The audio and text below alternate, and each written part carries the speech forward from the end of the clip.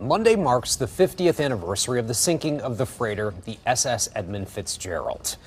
It went down during a storm on Lake Superior, claiming the lives of all 29 people on board.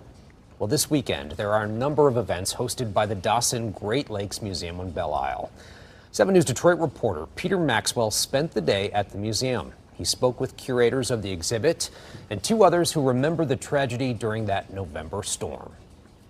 It's been 5 decades since the SS Edmund Fitzgerald disappeared from radar, taking all 29 crew members with her to the bottom of Lake Superior. Now this weekend, many are taking a look back on the legacy the Big Fitz left behind. The ship was built to be the biggest and be the best, and it was for the 17 years it was running. The Edmund Fitzgerald was built right here in Detroit. She was the largest ship built at the time with a length of 729 feet.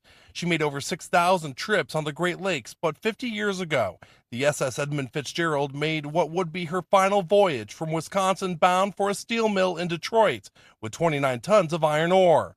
Joel Stone, a retired curator at the Dawson Great Lakes Museum, will be on hand here this weekend, sharing his knowledge of the Edmund Fitzgerald. It's become part of the Great Lakes culture, a tragedy that we'd probably put in the same category as the Titanic. The now infamous freighter sank in a fierce storm 17 miles north of Whitefish Point.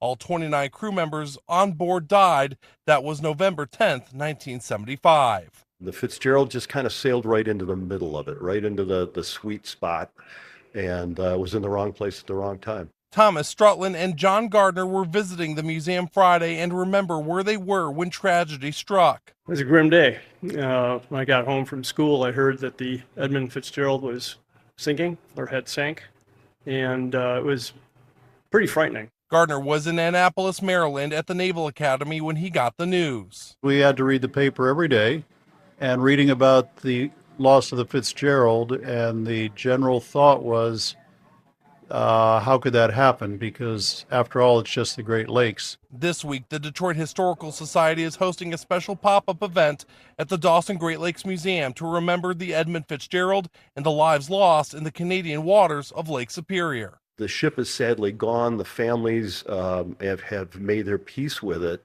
but the rest of us all keep that in the forefront of our mind. On Belle Isle, Peter Maxwell, 7 News Detroit.